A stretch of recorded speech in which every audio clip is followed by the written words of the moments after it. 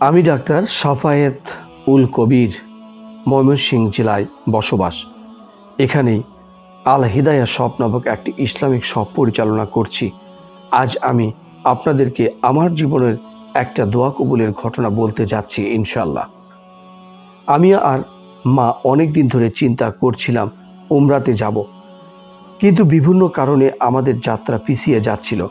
অবশেষে আল্লাহর অশেষ রহমতে 2019 সালের এপ্রিল মাসে আম্মাকে সাথে নিয়ে আল্লাহর ঘরে পৌঁছানোর সৌভাগ্য হয়েছিল। আলহামদুলিল্লাহ। আমরা 10 দিনের উমরা প্যাকেজে গিয়েছিলাম। বাইতুল্লাহ তাওয়াফ করার পর আম্মাকে দেখলাম কাবার সামনে সলাত আদায় করছেন। সলাত শেষ হলে আম্মাকে বললাম তাওয়াফ করার জন্য। আম্মা আমার কাছে ওনার হ্যান্ডব্যাগটি দিয়ে তাওয়াফ করতে চলে যান।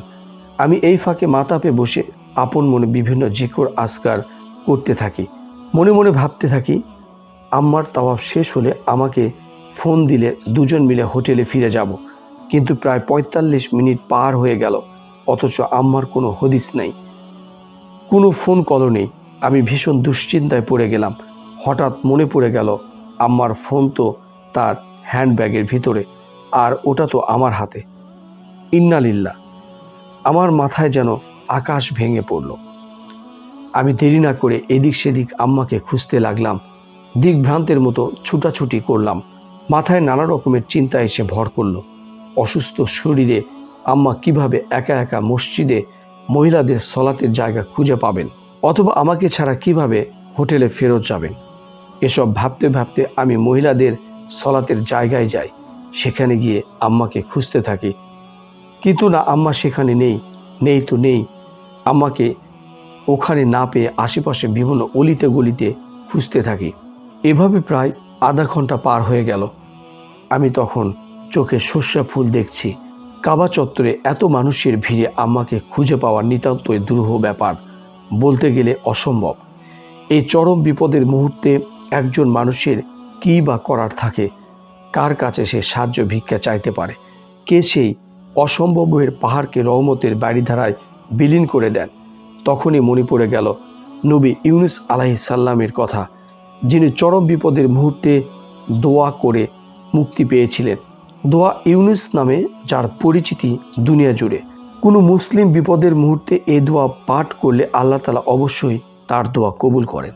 আমি এই বিশ্বাসে একান্ত মনে আল্লাহ রব্বুল আলামিনের কাছে সাহায্য চেয়ে দোয়া ইউনুস পড়তে থাকলাম। লা ইলাহা ইল্লা আনতা সুবহানাকা ইন্নী কুনতু মিনাজ জালিমিন। সুবহানাল্লাহ।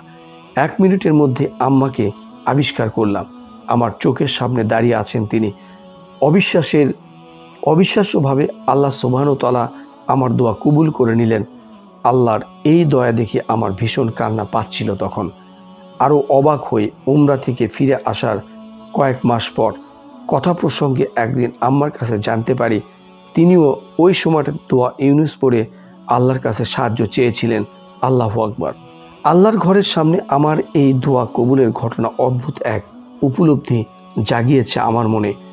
আল্লাহর সাহায্য যে কত নিকটবর্তী তা আমার চাইতে আর ভালো কে জানে। মহান আল্লাহ ইরশাদ করেন, আর আমার বান্দারা যখন তোমার কাছে জিজ্ঞেস করে আমার ব্যাপারে, বস্তুত আমি রয়েছি সন্নিকটে।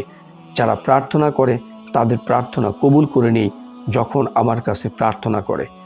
দোয়া ইউনুসের ফজিলত সম্পর্কে মহান আল্লাহ ইরশাদ করেন, তখন আমি তার ডাকে সাড়া দিয়েছিলাম এবং তাকে উদ্ধার করেছিলাম দুশ্চিন্তা হতে, এবং এভাবে আমি মুমিনদেরকে উদ্ধার করে থাকি।